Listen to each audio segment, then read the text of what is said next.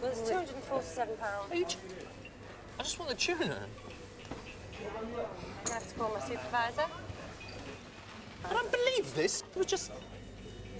Yo, Darious Britt here, and today we are talking about the short film. It's directed by Bridges, it's about 4 minutes long, and it's a punchline film. It was made in the UK in 2009. It's been on the net for a little while. Short synopsis: when a guy goes to the grocery store to get him some tuna, he gets more than he bargained for. I like what you did there. Thank you. If you haven't seen it yet, I'll leave a link in the description section so you go over there, throw some eyeballs at it, come back, and then we can chat about it a little bit, because that's just what we do. We talk about shizzle. Too late, let's get into it. Title, well, there's no doubt about it. This title definitely gets your attention. Enough said.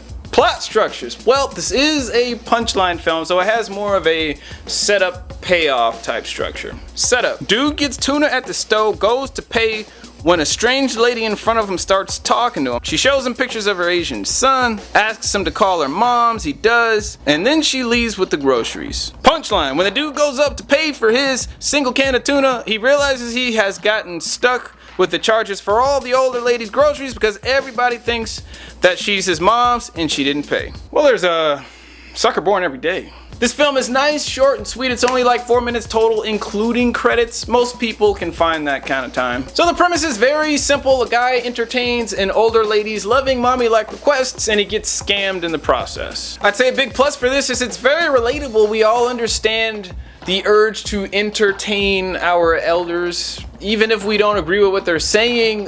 It's a form of showing respect, right? I dropped my pills. Can you get them from me, son? No problem at all. Thank you so much, son. You know, when you get up there and you start getting over that hill, sometimes the best way to administer that medication is via the colon.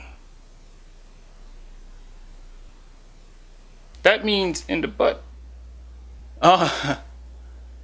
I really liked the title sequence to this short. Usually I'm a fan of nixing opening credits and titles all together, but this one was done in such a unique and original way that, you know, I didn't mind it, plus it was short. The labels were probably made in advance with Photoshop and applied to prop groceries, or it could have been done in post, but I'm guessing that it was probably done in advance because this would have been way easier to do. What's funny is when she shows him a pic of her son, it's totally an Asian kid. Now that can only mean one of two things. One, she's either losing her mind, or two, she does this a lot and this is all part of her scam. I'm guessing it's probably two. She does this a lot. I really dug the casting, definitely a strong suit. Both the lead characters are completely average in every way. I believe them in their roles before they even say a word. That's what you want. Now, I wouldn't say that the bloke is a particularly attractive man, but the camera seems to really like him because he has such an interesting look to him, and when he smiles it totally says, I'm a sucker. I don't think the punchline actually stands up to logic. I like the idea of it, but it's not very believable. People aren't just gonna assume that just because somebody's your mom you're gonna pay for their stuff without asking you first. Even if they did think he was adopted, wouldn't they think it was a little funny he wasn't standing next to his mom the whole time if they came together? Since when do you let somebody walk out of the grocery store with an entire cart full of groceries without having paid for it first? The short was all shot in one location, which is a great way to make production a lot easier on yourself. For those of us in America, good luck getting a grocery store as a filming location. That's an extremely tough thing to do. You're pretty much gonna be stuck going to privately owned or mom and pop shop type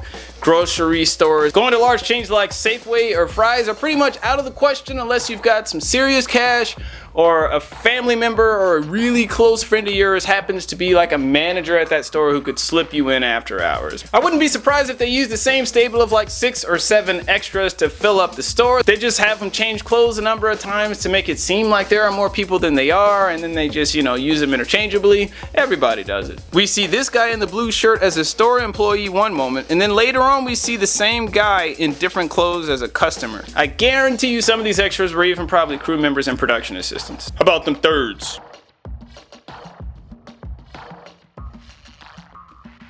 So who's it for? It is a punchline film, so if you're not into those, then I would obviously steer clear of this one. Even though the punchline, in my opinion, doesn't really stand up to logic that well, I still like it. It's a fun film. I enjoyed it. It's a very good example of what you can do in under 4 minutes, including credits. Well, that's all I got for you. If you enjoyed what you saw, please like, subscribe. You can find me on the social medias, Facebook, Instagram, or the Twitter, baby. You can also check out my second YouTube channel, Darious Britt, where I vlog about my adventures on film festival circuit, my first feature-length film, Unsound, live casting, vlogs, etc., etc. I do believe that's all I got for you, suckers. Deep it out. Booyah!